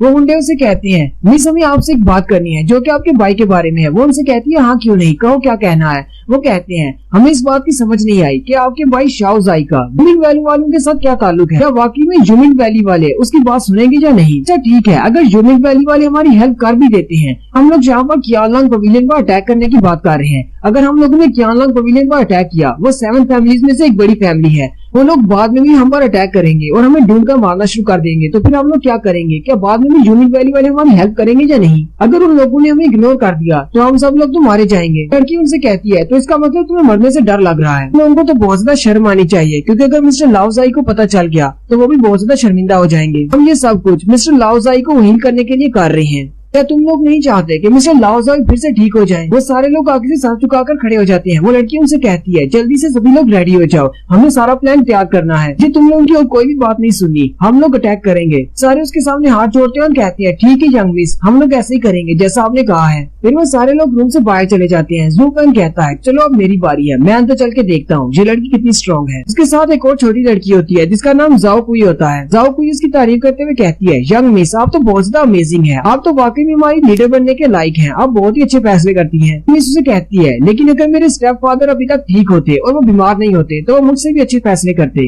इस बात में कोई भी शक नहीं है क्योंकि वो बहुत ज्यादा अमेजिंग लीडर हैं। जाओ कुई उसे कहती है, लेकिन इन सारे लोगों को आप पर बहुत ज्यादा भरोसा है, इसलिए वो आपकी बात मानेंगे। मिस उसे कहती है, तुम्हें मुझे चीयर करने की जरूरत नहीं, मुझे पता है कि मैं क्या कर रही हूँ। मैं तो बस उम्मीद करती हूँ कि एक बार लू फैमिली पर अटैक करने के बाद हमें उनका ट्रेजर मिल जाए जिसकी मदद से हम अपने फादर को हील कर सकेंगे। जाओ कोई उसे कहती है, आप बहुत ज्यादा अच्छी हैं, आपकी ये ख्वाहिश जरूर पूरी होगी। ज़ू फैन अंदर आता है और कहता है, छोटी लड़कियों तुम्हारी जो ख्वाहिश कभी पूरी नहीं होने वाली, क्योंकि इन ख्वाहिशों को पूरा करने के लिए दम की जरूरत होती है, क्योंकि तुम लोगों में बिल्कुल भी नहीं है। ये बात तुम लोगों से किसने कह दी कि लू फैमिली के पास जो ट्रेजर है वो तुम्हारे बाप को हील कर सकता है। यंग मिस चिल्लाकर कहती है, तुम कौन हो। ज़ू फैन जल्दी से नीचे उतर आता है और कहता है, तुम्हें डरने की जरूरत नहीं है, मैं यहाँ तुम लोगों से बात करने के लिए आया हूँ, तुम्हें नुकसान पहुँचाने के लिए नहीं आया। मैं तो बस चाहता हूँ कि तुम दोनों मेरे साथ आराम से चलो और मुझे सारी बात एक्सप्लेन करो जो मैं तुमसे पूछना चाहता हूँ। यंग मिस उसे कहती है, आखिर तुम हो कौन, जल्दी से बताओ। ज़ू फैन कहता है, मैं तो भूल ही गया था अपने आप को इंट्रोड्यूस करवाना, मैं लू फैमिली का बटलर हूँ, मेरा नाम ज़ू फैन है। ये बात सुनते ही यंग मिस बहुत ज्यादा गुस्सा हो जाती है और साथ ही अपनी इलेक्ट्रिक पावर को रिलीज करते हुए उस पर अटैक करने के लिए आगे बढ़ती है और कहती है, तुम लू फैमिली से हो तो इसका मतलब तुम्हें आज यहीं पर मरना होगा। लू फैन उसकी टेक्निक देखकर कहता है, तुम्हारे पास जो टेक्निक है ये फाइटिंग टेक्निक काफी ज्यादा अच्छी है, लेकिन अफसोस ये मेरे सामने बिल्कुल बेकार है। आगे ज़ू फैन अपने ब्लडी बेबी को निकालता है और उसकी बॉडी के अंदर दाखिल कर देता है और कहता है, तुम्हारे लिए मुझे बहुत ही तरस आ रहा है क्योंकि तुम मेरे सामने नहीं टिक पाओगी क्योंकि मेरे पास ब्लडी बेबी की पावर है। जैसे ही वो ब्लडी बेबी उसकी बॉडी के अंदर जाता है वो लड़की उसके करीब पहुंचकर वहीं पर रुक जाती है। वो उसे कहती है, तुमने मेरे साथ क्या किया है। ज़ू फैन कहता है, ज्यादा कुछ नहीं, मैंने बस तुम्हारी बॉडी को पैरालाइज किया है। और साथ ही ज़ू फैन उसको उठा लेता है। जैसे ही वो उसे उठाकर वहाँ से जाने लगता है, जाओ कोई चिल्लाकर कहती है, मेरी यंग मिस को छोड़ दो। ज़ू फैन कहता है, मैं तुम्हें तो भूल ही गया था। फिर वो उसे भी उठा लेता है। वो उन दोनों को उठाकर वापस अपने पैलेस की तरफ आ जाता है। उनके पैलेस के बाहर जो गार्ड्स खड़े होते हैं वो उसे देखकर बहुत ज्यादा खुश हो जाते हैं और कहते हैं, बटलर लू, लगता है कि तुम आज बहुत ज्यादा मेहनत करने वाले हो। जबकि लांगमिल भी वहीं पर खड़ी होती है और कहती है, सारे लड़के एक ही जैसे होते हैं, इन सभी को लड़की के अलावा कुछ दिखता ही नहीं। ज़ू फैन उन दोनों लड़कियों को अपने रूम के अंदर ले आता है और उन्हें उठाकर फर्श पर फेंक देता है। जाओ कोई उठती है और कहती है, ये हमें कहाँ पर ले आया है। जैसे ही वो अपनी यंग मिस की तरफ देखती है तो उसकी बॉडी पैरालाइज होती है। वो कहती है, तुमने मेरी यंग मिस के साथ क्या किया है। ज़ू फैन जैसी पैरालिसिस को खत्म करता है वो अपना नाइफ निकालकर फिर से उस पर अटैक करने के लिए आगे बढ़ती है। जैसे ही वो अपना नाइफ उसकी गर्दन के करीब ले जाती है, ज़ू फैन उसे फिर से पैरालाइज कर देता है क्योंकि उसका ब्लडी बेबी उसकी बॉडी के अंदर है। ज़ू फैन उसे कहता है, तुम मुझ पर अटैक क्यों कर रही हो, मैंने तुम्हें बताया भी है कि मैं तुम्हें यहाँ पर सिर्फ कुछ सवाल पूछने के लिए लाया हूँ, तुम मुझे मेरे सवालों के जवाब दे दो, फिर मैं तुम्हें यहाँ से जाने दूंगा और मेरे सामने इस तरह के वेपन्स तो मत ही निकालो, क्योंकि अगर मैंने इन वेपन्स को यूज करना शुरू किया तो तुम्हारे बचने का कोई चांस नहीं। ज़ू फैन उसके हाथ से वो वेपन ले लेता है और साथ ही उसे कहता है, मुझे नहीं लगता कि तुम्हारे कपड़ों के नीचे इस तरह का कोई डेंजरस वेपन हो सकता है, अगर तुम चाहती हो तो मैं तुम्हारे कपड़े उतार कर तलाशी ले सकता हूँ। यंग मिस चिल्लाकर उसे कहती है, तुम्हारी हिम्मत कैसे हुई इस तरह की बात करने की। ज़ू फैन उसके बहुत ज्यादा करीब हो जाता है और उसे कहता है, मैं इस तरह की हिम्मत कर सकता हूँ, ये तुम्हारे पर डिपेंड करता है। अगर तुम मेरे सवालों के जवाब दोगी तो तुम्हें कुछ नहीं करूंगा और अगर नहीं दोगी तो मैं तुम्हारे पूरे कपड़े उतार दूंगा। ज़ू फैन उसे कहता है, जल्दी से बताओ तुम कौन हो और तुम इस शहर में क्या करने के लिए आई हो। वो आगे से उसे कोई भी जवाब नहीं देती। ज़ू फैन जल्दी से उसके कपड़े फाड़ देता है। जाओ कोई भागती हुई आती है और कहती है, तुम्हारी हिम्मत कैसे हुई हमारी यंग मिस के कपड़े फाड़ने की। उसी वक्त जाओ फैन उसकी तरफ देखता है और उसके कपड़े भी फाड़ देता है। वो भी रोते हुए दूसरी तरफ मुँह कर लेती है। ज़ू फैन फिर से यंग मिस से पूछता है, तुम कौन हो और इस शहर में क्या करने के लिए आई हो। लड़की उसे फिर से कोई जवाब नहीं देती। जू फैन उसके थोड़े से और कपड़े फाड़ देता है। वो लड़की चिल्लाना शुरू कर देती है। जू फैन उसे कहता है चिल्लाने का कोई फायदा नहीं, मैंने तुमसे कहा था अगर मेरे सवालों के जवाब नहीं दोगी तो मैं तुम्हारे सारे कपड़े फाड़ दूंगा। अब जल्दी से बताओ तुम कौन हो और इस शहर में क्या कर रही हो। और यहीं पर हमारी एपिसोड 10 का एंड हो जाता है। एक्सप्लेनेशन अच्छी लगी हो तो कमेंट करके जरूर बताइएगा। चैनल को सब्सक्राइब कर दें, वीडियो को लाइक और शेयर कर दें। शुक्रिया। हेलो गाइस, कैसे हैं आप सब लोग। द बुक ऑफ एस्पर की 11 एपिसोड के साथ हाजिर हूँ। लास्ट एपिसोड के एंड में हमने देखा था जू फैन एक लड़की को पकड़ कर लाता है, एक नहीं बल्कि 2 लड़की को लाता है और उनसे कहता है तुम लोग कौन हो और यहाँ पर इस शहर में क्या कर रही हो, और साथ साथ उनके कपड़े फाड़ रहा होता है। जू फैन 2 बार उसके कपड़े फाड़ता है, यानी कि उसकी काफी ज्यादा कपड़े फट चुके हैं, और वो तीसरी बार उससे पूछता है कि तुम कौन हो और इस शहर में क्या कर रही हो। वो लड़की घबरा जाती है और कहती है अच्छा ठीक है, मैं तुम्हें बताती हूँ। एक बंदा है जिसका नाम ली यूटिंग है, मैं उसकी अडॉप्टेड डॉटर हूँ और मैं यहाँ पर इस शहर में लू फैमिली वालों को मारने के लिए आई हूँ, क्योंकि लू फैमिली वालों के पास कुछ ऐसा है जो मुझे चाहिए। जू फैन उससे पूछता है और तुम ऐसा कैसे करने वाली हो, या तुम अकेली लू फैमिली वालों को मारने की कोशिश करोगी। वो उसे कहती है नहीं, योमिंग वैली वाले हमारा साथ देंगे। योमिंग वैली वाले जब कियानलांग पवेलियन पर अटैक करेंगे तब हम लोग इस मौके का फायदा उठाते हुए लू फैमिली पर अटैक करेंगे और सभी को मार डालेंगे। लू फैन उसे कहता है अब मुझे जल्दी से बताओ योमिंग वैली वालों के साथ तुम्हारा क्या ताल्लुक है, तुम लोग उन्हें कैसे जानते हो, तुम्हें इस सब से क्या मिलने वाला है, और तुम्हारे पीछे मास्टरमाइंड कौन है जिसने ये सब कुछ अरेंज किया है। वो लड़की उसे कहती है मुझे नहीं पता, मैं इस सवाल का जवाब नहीं दूंगी। जू फैन उसका जवाब सुनने के बाद उसके बाकी के बचे हुए कपड़ों को भी फाड़ देता है। जू फैन उसे कहता है तुम्हारी बॉडी तो बहुत ज्यादा खूबसूरत है, तुम्हारे पास अपनी इज्जत बचाने का यही आखिरी मौका है, जल्दी से मुझे मेरे सवालों के जवाब दे दो वरना मैं तुम्हारे बचे हुए कपड़े भी फाड़ दूंगा और फिर तुम किसी को भी अपना मुंह दिखाने के काबिल नहीं रहोगी। लेकिन अगर तुम फिर भी नहीं मानती तो फिर मैं तुम्हें बाहर जितने भी गार्ड्स हैं उन सब के हवाले कर दूंगा, वो तुम्हारे साथ क्या करेंगे ये तुम्हें अच्छी तरह से पता है। लड़की उसे चिल्लाकर गालियां देना शुरू कर देती है। जू फैन कहता है तुम्हारी गालियां देने से मुझे कोई भी फर्क नहीं पड़ने वाला, जल्दी से मुझे बताओ जो मुझे सुनना है। मैं सिर्फ 3 तक गिनती करूंगा, और साथ ही वो अपना हाथ आगे की तरफ बढ़ाता है। जू फैन का हाथ जैसे ही उसकी चेस्ट के करीब पहुंचता है वो लड़की अपनी आंखें बंद कर लेती है, लेकिन उसी वक्त जाओ कोई कहती है मैं बताती हूँ, और साथ ही वो लड़की रोना शुरू कर देती है और कहती है मैं तुम्हें सारी बात बताती हूँ, मेरी यंग मिस के साथ ऐसा मत करो, हमारा यूमिंग वैली के साथ कोई भी ताल्लुक नहीं है, ये सब कुछ तो मिस्टर यांग ने किया है। जू फैन कुई से पूछता है ये मिस्टर यांग कौन है। यंग मिस जाओ कुई से कहती है इसे मत बताना कि मिस्टर यांग कौन है, लेकिन जू फैन जल्दी से अपने मैजिक को इस्तेमाल करते हुए उसका मुंह सील कर देता है। जाओ कुई रोते हुए कहती है उसका नाम जैंग मिंग है और वो हमारी यंग मिस का फियांसे भी है। एक दिन हमारे मास्टर के ऊपर लू जिनान जो कि हेड ऑफ लू फैमिली है उन्होंने अटैक किया, जिसकी वजह से उनकी बॉडी पैरालाइज हो गई है और वो कुछ भी बोल नहीं सकते। जू फैन कहता है तो तुम लोग यहाँ पर अपने मास्टर का रिवेंज लेने के लिए आए हो, तुम्हें लगता है कि लू फैमिली वालों ने उस पर अटैक करके उसे पैरालाइज किया है, इससे आगे बताओ और तुम लोग क्या करने वाले हो। वो आगे से उसे कोई भी जवाब नहीं देती। जू फैन जल्दी से फिर अपना हाथ उसकी चेस्ट की तरफ आगे बढ़ाता है और कोई फिर से उसे कहती है अच्छा ठीक है मैं तुम्हें बताती हूँ, हम लोग लू फैमिली के गार्ड्स के साथ फाइट नहीं कर सकते थे, इसलिए मिस्टर जैंग ने एक प्लान बनाया था। मिस्टर जैंग ने सन गांजिया को वहाँ पर भेजा था लू फैमिली के गार्ड्स को मारने के लिए, लेकिन उसके बाद मिस जिया जो कि लू फैमिली की आखिरी बची हुई मेंबर हैं, उनका छोटा भाई दोनों वहाँ से भागकर शहर में आ गए। हम तो उनका पीछा करते हुए यहाँ तक आए हैं, हमें लगता है कि हम लोग उन्हें यहाँ पर मार सकते हैं, लेकिन यहाँ शहर में आने के बाद जब तुम लोग कियानलांग पवेलियन में चले गए तब मिस्टर जैंग ने एक और प्लान बनाया। उन्होंने यूमिंग वैली वालों के साथ एक डील की है ताकि लू फैमिली वालों को आसानी से मारा जा सके। जू फैन कहता है चलो ठीक है तुम्हारी सारी बातें मान लेता हूँ, लेकिन मुझे एक बात तो बताओ, तुम्हें क्या लगता है कि तुम्हारे मास्टर के ऊपर लू फैमिली वालों ने अटैक किया था, क्या तुमने अपनी आंखों से देखा है किसी को अटैक करते हुए। जाओ कुई से कहती है मिस्टर जैंग ने सब कुछ देखा है। जू फैन कहता है तो इसका मतलब मिस जिया के पास उनकी फैमिली का जो ट्रेजर है, तुम्हें लगता है कि वो तुम्हारे मास्टर को क्योर कर सकता है, ये सब भी तुम्हें मास्टर जैंग ने बताया होगा। जाओ कुई उसे अभी जवाब ही देने लगती है तो उसी वक्त मिस जिया अंदर आ जाती है और कहती है जू फैन तुम क्या कर रहे हो, चलो मेरे साथ शॉपिंग पर चलते हैं अगर तुम्हारे पास टाइम है तो। लेकिन जैसे ही वो अंदर देखती है तो बहुत ज्यादा हैरान हो जाती है। जू फैन के सामने 2 लड़कियां खड़ी होती है, एक के कपड़े पूरे फटे होते हैं जबकि एक के आधे फटे होते हैं। मिस जिया शर्माते हुए चिल्लाना शुरू कर देती है और कहती है जू फैन तुम यहाँ पर क्या कर रहे हो, तुम्हें जरा भी शर्म नहीं आ रही, ये कियानलांग पवेलियन वालों का रेजिडेंस है, हम लोग यहाँ पर रह नहीं रहे, ये हमारा घर नहीं है, तुम यहाँ पर ऐसे कैसे कर सकते हो, तुम यहाँ पर लड़कियां लेकर क्यों आए हो।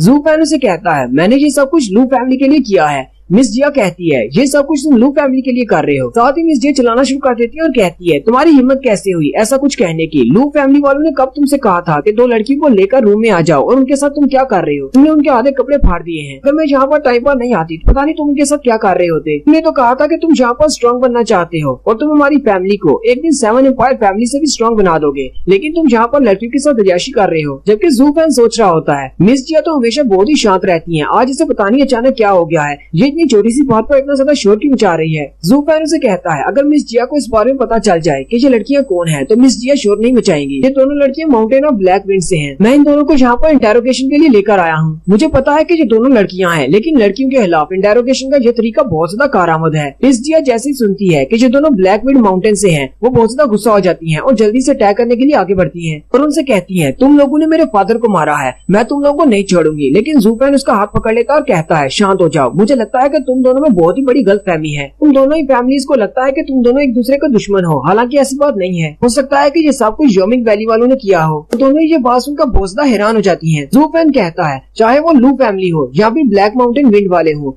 योमिंग वैली वालों के सामने तुम लोग सिर्फ कीड़े मकोड़ों की तरह हो। लेकिन उसने तुम्हारे दोनों फैमिलीज के साथ इस तरह क्यों किया होगा, मुझे इस बात की समझ नहीं आ रही। जू फैन कहता है इस सब को समझने के लिए मुझे ब्लैक विंड माउंटेन जाना पड़ेगा। वो मिस ली से कहता है, लड़की से जिसके उसने कपड़े फाड़े हैं, वो उसे कहता है मैं आपसे रिक्वेस्ट करता हूँ मुझे ब्लैक विंड माउंटेन पर लेकर चले, तो वहाँ पर जाकर देखना चाहता हूँ कि आखिर वहाँ पर हो क्या रहा है। मिस ली चिल्लाकर उसे कहती है तुम्हें ऐसा क्यों लगता है कि इतना सब कुछ हमारे साथ करने के बाद मैं तुम्हें ब्लैक विंड माउंटेन पर लेकर जाऊंगी। जू फैन मिस जिया से कहता है मिस जिया अपने पास जो खजाना है वो मुझे दे दे। मिस जिया अपने पास से एक बुक निकालती है और उसके हाथ में रख देती हैं। जू फैन उसे मिस ली को देते हुए कहता है क्या यही वो चीज है जो आपको चाहिए? आपको लगता है कि आपके मास्टर को इससे क्योर किया जा सकता है, लेकिन मैं तुम्हें इतना बता दूं ये एक स्पिरिचुअल मार्शल आर्ट्स है। इसकी मदद से तुम लोग किसी का इलाज नहीं कर सकते, ना ही तुम अपने फादर का इलाज कर सकोगी। इसलिए मैं तुमसे रिक्वेस्ट कर रहा हूँ मुझे अपने साथ ब्लैक विंड माउंटेन पर लेकर चलो। मैं तुम्हारे मास्टर को खुद ही देखना चाहता हूँ कि उनके साथ क्या हुआ है। हो सकता है कि जैंग निंग तुम दोनों से ही झूठ बोल रहा हो, ये सारा उसी का प्लान हो। जाओ पुई चिल्लाकर कहती है मिस्टर जैंग एक बहुत ही अच्छे इंसान है, वो हमसे झूठ क्यों बोलेंगे। जू फैन कहता है तुम लोगों को नहीं लगता कि ये जैंग निंग बहुत ज्यादा मिस्टीरियस पर्सन है, वो तुम्हारा मंगेतर है, लेकिन क्या तुम्हें लगता है कि तुम इसको अच्छी तरह से जानती हो? आखिर उसका योमिंग वैली वालों के साथ क्या कनेक्शन है? योमिंग वैली एक बहुत बड़ी फैमिली है। मिस ली उसे कहती है अच्छा ठीक है बस करो, मैं तुम्हें अपने साथ ब्लैक विंड माउंटेन पर ले जाऊंगी। जू फैन कहता है चलो ये तो बहुत ही अच्छा हो गया, लेकिन मुझे तुमसे एक बात करनी है। वहाँ पर जाने से पहले जरा अपने कपड़े चेंज कर लो, तुम ऐसे कपड़े पहनकर बाहर नहीं जा सकती। इसलिए जैसे ही अपने नीचे कपड़ों की तरफ देखती है तो साथ ही वो शर्माते हुए चिल्लाना शुरू कर देती है और जू फैन को बहुत सारी गालियां भी देती है। जू फैन उसे कहता है अगली बार इस तरह के कपड़े पहनकर मत आना। मिस ली उसे कहती है दफा हो जाओ यहाँ से। फिर जू फैन उस रूम से बाहर चला जाता है। नेक्स्ट सीन में वो उसे ब्लैक विंड माउंटेन की तरफ लेकर जा रही होती है। जू फैन ने नकली दाढ़ी मूछ लगाई होती है और वो एक बूढ़ा आदमी बना होता है, एक एल्डर। इसलिए उसे कहती है माउंटेन पर जाने के बाद अगर तुमने किसी पर अटैक किया तो मैं तुम्हें नहीं छोड़ूंगी। जू फैन उसे कहता है तुम्हें शांत रहना होगा, मैं ऐसा कुछ भी नहीं करने वाला। मुझे तो बस वहाँ पर जाकर इन्वेस्टिगेशन करनी है कि आखिर यहाँ पर चल क्या रहा है, दोनों फैमिलीज को कौन धोखा दे रहा है। ऊपर से मैं यहाँ पर अकेला हूँ, मैं वहाँ पर कर भी क्या सकता हूँ। मिस ली उसे कहती है और जाओ पुई का क्या उसे तुम्हारी फैमिली वाले नुकसान नहीं पहुँचाएंगे? जू फैन कहता है नहीं, मैं उसकी गारंटी देता हूँ, उसे कोई भी नुकसान नहीं पहुँचाएगा, वो पीछे सेफ है, देख लेना ये सब कुछ तुम्हारे लिए अच्छा होने वाला है। मिस ली उसे कहती है ये सब कुछ मेरे लिए कैसे अच्छा हो सकता है। नेक्स्ट सीन में वो लोग ब्लैक विंड माउंटेन के ऊपर पहुँच जाते हैं। वहाँ का गार्ड उनसे कहता है तुम लोग कौन हो? जैसे ही वो देखता है ये तो हमारी यंग मिस है, वो कहता है यंग मिस आप तो जल्दी वापस आ गई, आपको तो इस वक्त फ्रैंक सिटी में होना चाहिए था, आप यहाँ पर क्या कर रही है? मिस ली उसे कहती है मैं वापस आई हूँ क्योंकि मुझे यहाँ पर कुछ काम है, इसलिए वापस आई हूँ। फिर वो दोनों आगे बढ़ जाते हैं। जू फैन उसे कहता है मिस ली मुझे लगता है कि ये बंदा भी योंगमिंग का साथी है। इसलिए उसे कहती है तुम्हें ऐसा क्यों लगता है? जू फैन कहता है हमारा फैंग सिटी का मिशन एक सीक्रेट मिशन था, फिर इस ऑर्डिनरी गार्ड को कैसे पता चला कि तुम एक मिशन पर फैंग सिटी गई हुई थी? अब मेरी बात को गौर से सुनना, जैसे ही हम लोग माउंटेन ऑफ ब्लैक विंड में पहुँचेंगे तुम्हारा भाई हमसे मिलने के लिए जरूर आएगा। फिर वो दोनों माउंटेन के ऊपर पहुँच जाते हैं। वहीं पर उसके भाई जैंगमिंग को दिखाते हैं जो कि वहीं पर खड़ा होता है। वो बाहर निकलता है और उनसे कहता है सिस्टर ली तुम्हें तो इस वक्त फैंग सिटी में होना चाहिए था, तुम यहाँ पर क्या कर रही हो? जू फैन आस्ता सी आवाज में मिस ली से कहता है मैंने तुमसे कहा था ना, वो लोग इसे जरूर इन्फॉर्म करेंगे कि हम लोग यहाँ पर आ रहे हैं, और उस गार्ड ने इसे पहले से बता दिया है। मिस ली उसे कहती है ब्रदर मुझे नहीं लगता कि हम लोग कियानलांग पवेलियन वालों के साथ फाइट कर सकते हैं, और योमिंग वैली वाले वो लोग बिल्कुल ही भरोसे के लायक नहीं है। ये मिशन बहुत ज्यादा रिस्की है, इसलिए मैंने अपने लोगों को वहाँ पर काम पर लगा दिया है कि वो लोग उन सब पर नजर रखें। जब वक्त आएगा मैं वापस चली जाऊंगी। जैंगमिंग उसे कहता है हमारे मास्टर ने हमारा बहुत ज्यादा ख्याल रखा है, उन्होंने हमें हमेशा अपनी फैमिली की तरह ही ट्रीट किया है, वो बहुत ज्यादा तकलीफ में है, हम लोग इतनी आसानी से कैसे रह सकते हैं? तुम जरा सी मुश्किल देखकर वहाँ से डर कर वापस आ गई हो। हमारे मास्टर का जिसने भी ये हाल किया है हमें उससे बदला जरूर लेना है, और तुम रिवेंज नहीं लेना चाहती। तो साथ ही वो इशारा करते हुए कहता है तुम्हारे साथ ये बुड्ढा कौन है? इसलिए उसे कहती है ये एक सेकंड क्लास का एल्केमिस्ट मास्टर है, मैंने इसे ढूंढा है और अपने साथ ले आई, मुझे लगता है कि ये हमारे फादर को क्योर कर सकता है। जू फैन भी हंसते हुए उससे कहता है मैंने बहुत सारे समुद्रों को पार करते हुए बहुत सारे कंट्रीज में गया हूँ और बहुत सारे मरीजों का इलाज किया है, मुझे लगता है कि मैं तुम्हारे फादर का इलाज कर सकता हूँ। जैंगमिंग उसे कहता है मैंने तुमसे पहले भी कहा था कि ये लू फैमिली के ट्रेजर से जख्मी हुआ है, इसलिए सिर्फ लू फैमिली के ट्रेजर से इसे हील किया जा सकता है और कोई भी मेडिसिन इस पर काम नहीं करेगी। क्या तुम्हें मेरी बात पर जरा भी भरोसा नहीं है? इसलिए उसकी बात सुनकर खामोश हो जाती है। जबकि उसी वक्त लू फैन जल्दी से उसके सामने आ जाता है। मुझे बस एक चांस देकर देखो, मैं लोगों को हील करने में बहुत ज्यादा अच्छा हूँ। जैंगमिंग बहुत ज्यादा गुस्सा हो जाता है और उसे पंच मारते हुए कहता है, मेरे सामने से हटो, दफा हो जाओ यहाँ से। जैंगमिंग अपनी फुल पावर के साथ उसे पंच मारता है,